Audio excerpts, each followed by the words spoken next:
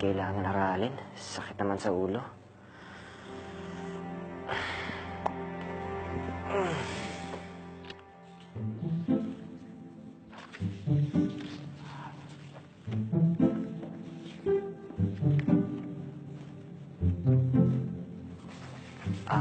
Excuse me po. Sir. Pwede po ba makahingi ng tubig? Kahit hindi po malamig, basta kung anong meron dyan. Yes, sir. Dalhin ko na lang po. Salamat po.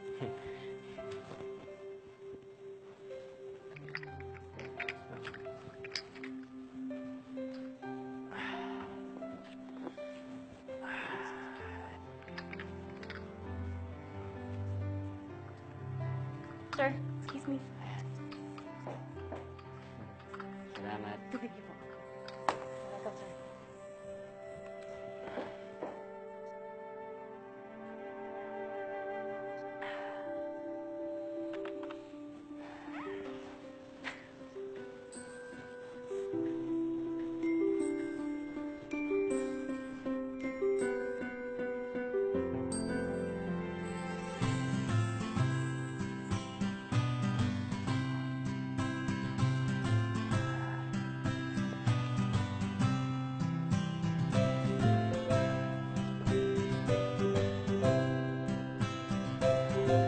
Sorry ha.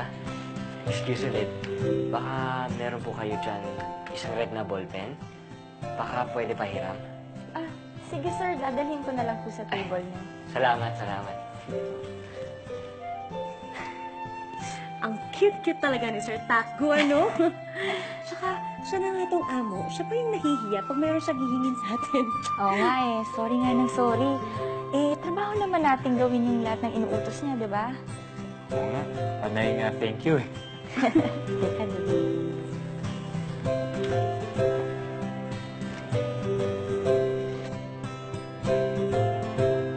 Excuse me, sir. Ito na po yung report. Salamat.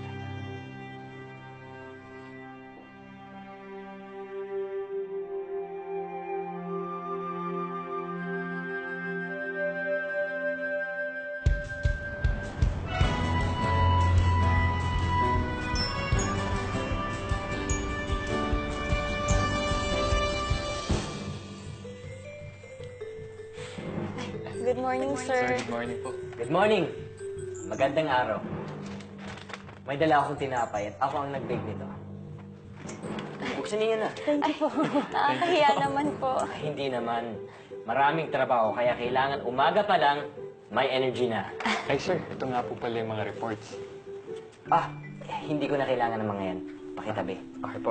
Gagawa tayo ng chart ng mga produkto natin. Ibubukot natin ang mga mabenta at mga hindi mabenta.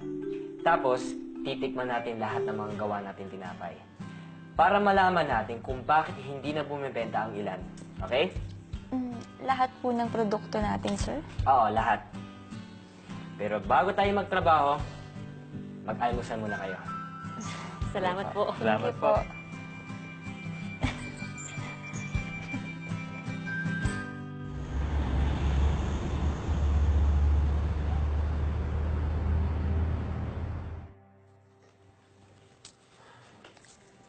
Nasaan ang acting president natin? Hindi pa man din, late na.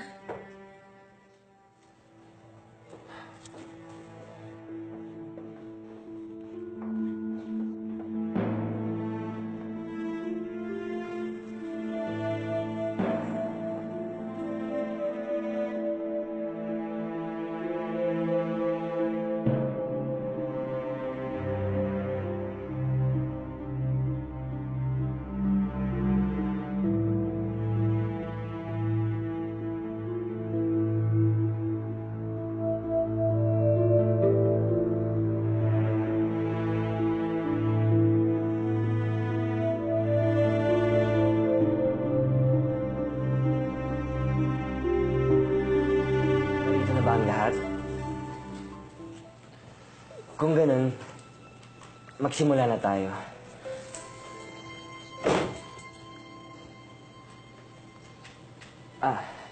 Pasensya na po.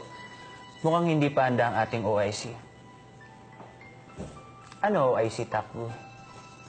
Hanggang kailan mo dadamputin yung mga folders mo? Mabuti pa ako na mauna mag-present. Go ahead, anak.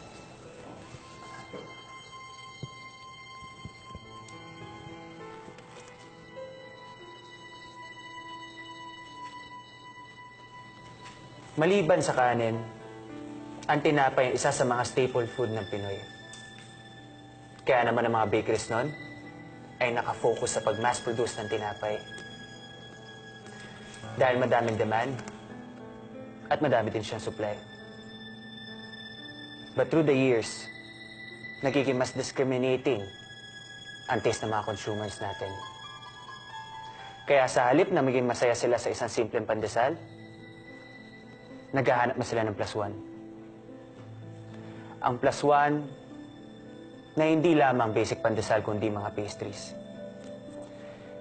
As you can see, ang proposal ko ay mag-focus na ang Yiyansong sa paggawa ng mga pastries.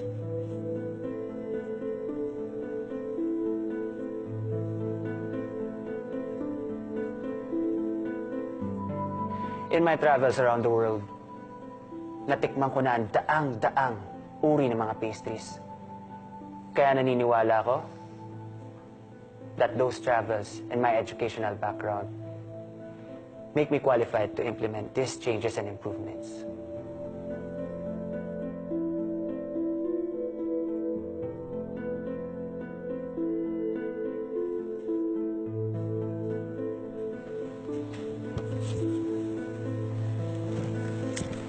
So, OIC Takbo, is there anything that you'd like to say? Kasi kung gusto mong manatili sa posisyon mo, you will need to convince us that you are capable and deserving.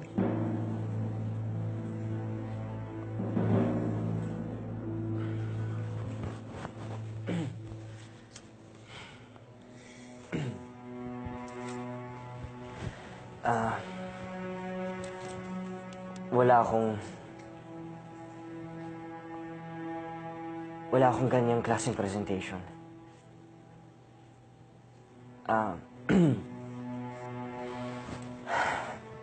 Siguro nga, may rason kayong lahat para hindi maniwalang kaya ko maging OIC. First time ko nga maka-attend ng ganitong meeting. Hindi ko nga alam kung ano nangyayari sa ganitong klaseng meeting. Pero wala man ako nakahandang presentation. Naghanda naman ako ng mga tinapay.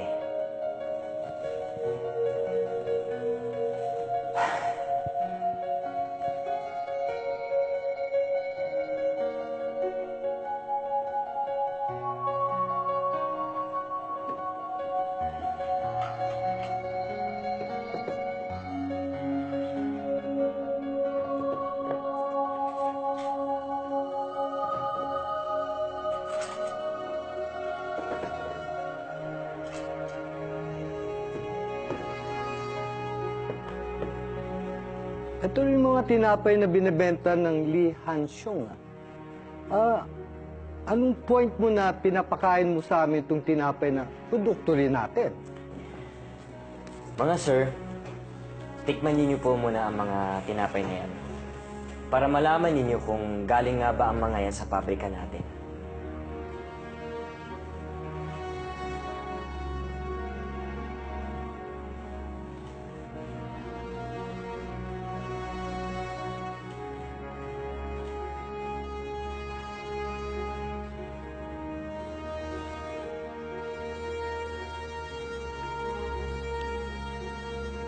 Parang mas masarap sa binibenta natin. Mas malasa. Kasi po, hindi ho galing sa pabrika natin ang mga yan. Dahil ako ho mismo ang nag-bake ng mga yan kaninang umaga.